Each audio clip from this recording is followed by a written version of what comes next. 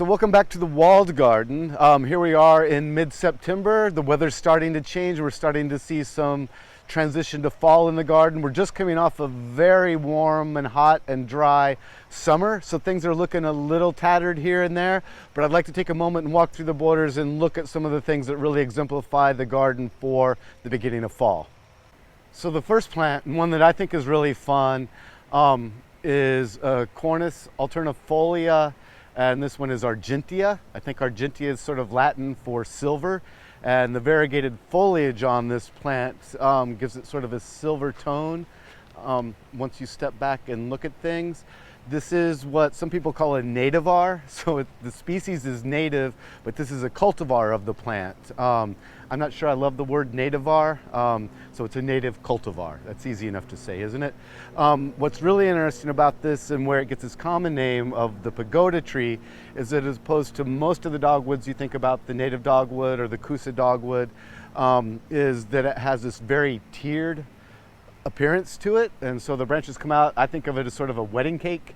Again, the common name is pagoda tree, but this particular cultivar will only get to about 15 feet, so you can think of it as a big shrub or a small tree, but this layered habit gives it a really interesting contrast to the shrubby stuff that we planted around it. So just down the border a little bit, I'm standing in front of this Abelia. It's Abelia grandiflora Rose Creek. I think its common name is Abelia or glossy Abelia. It's a really great plant. These glossy small leaves emerge sort of reddish pink in the spring, followed by these flowers that last from spring all the way into fall. And sometimes it can be a deciduous evergreen, but it does get a purpley cast to the foliage that usually persists all winter long. For contrast, we planted it next to this Fothergilla, and it's a cultivar of Fothergilla called Blue Mist. I think you can see that for its blue-green leaves. I think this one actually is Blue Shadow. There's a handful of the blue cultivars of Fothergilla. Even the straight species is great. You get really interesting spring flower, and it's always followed by really great fall color in yellows and oranges and reds throughout. Interestingly, behind me here, staying in the blue vein, is this Eucalyptus that we planted as an annual filler last year in the border just to fill up a spot. It came through the winter, and so we've never been able to overwinter or even tried to overwinter a eucalyptus, but here it is turning into a small tree. And just behind the Abelia is another plant that we planted as an annual filler that came back, would be hardy in the south, in the tropical south, but managed to come through the winter here too. It's a Leycesteria, which we love to use as a container plant, but here it is in the border. And speaking of container plants that we use as filler, we've been growing this year for the first time this Gomphocarpus. It's a African milkweed, and it's commonly called hairy balls or family jewels milkweed. It's also called swan plant, which I think my mother would be more accepting of the name. And it's called a swan plant for these flowers with the white recurved petals and the purple interior petals that resembles a swan.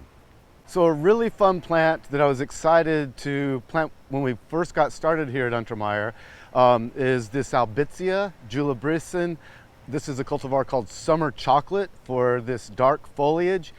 The problem is it turned into a big tree very fast, and so we were tempted to just remove it from the garden, but I thought that would be a shame, so we cut back the trunk to just 18 inches, 24 inches this spring, and this is the resultant shrub that's come out of its place. So we'll probably just keep it cut back every year and look for rejuvenative growth that gives us this sort of presentation. And it's really fun that it's working with this hydrangea. This is a hydrangea called Snowflake. Sometimes I'm not really keen on the heavily doubled hydrangeas that get very weepy, but as the petals are starting to go tawny, it looks really interesting, especially next to our mimosa. And here in front we have a yellow Deutzia, which adds another little color contrast to that as well.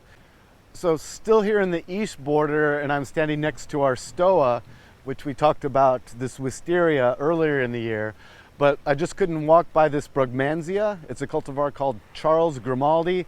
Again, the cultivars are almost irrelevant. Pick a color that you like. This particular one is supposed to be especially fragrant, and it certainly is.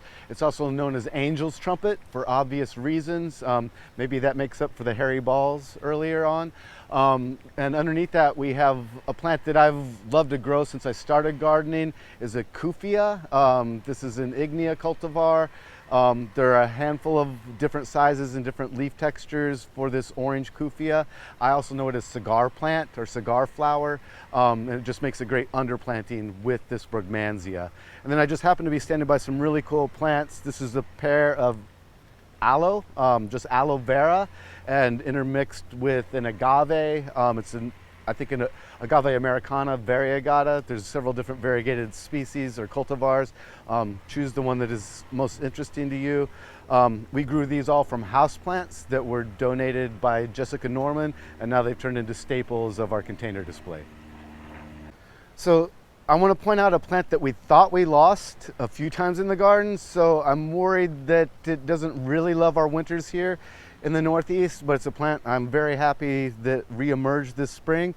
It's a Leycesteria. It's Leycesteria nitida Baggesens Gold, sometimes called the yellow box honeysuckle. You can see that the leaf sort of resembles a little boxwood, so it's a really delicate foliage. It goes from this platinum yellow to chartreuse through the season and different sun exposure. And we're having fun with it mixed between this viburnum. This is a Berkwood viburnum, a cultivar called Cornus, which kind of stays low and has these dark glossy leaves. And it's kind of nestled in between that and this azalea. And so the fine texture and the bright yellow was a way to break up these two plants that otherwise would kind of bleed into one another. And then just jumping a little bit farther with the yellow and stepping back, we have this Cercis canadensis or red bud. It's a cultivar called Hearts of Gold. It's getting a little bit late in the season and it's losing some of its yellow, but emerges with a really strong yellow and adds a big accent here in the east border. So thanks for walking around on this early fall preview. We'll keep an eye on the garden and keep you abreast of what's happening all through the fall.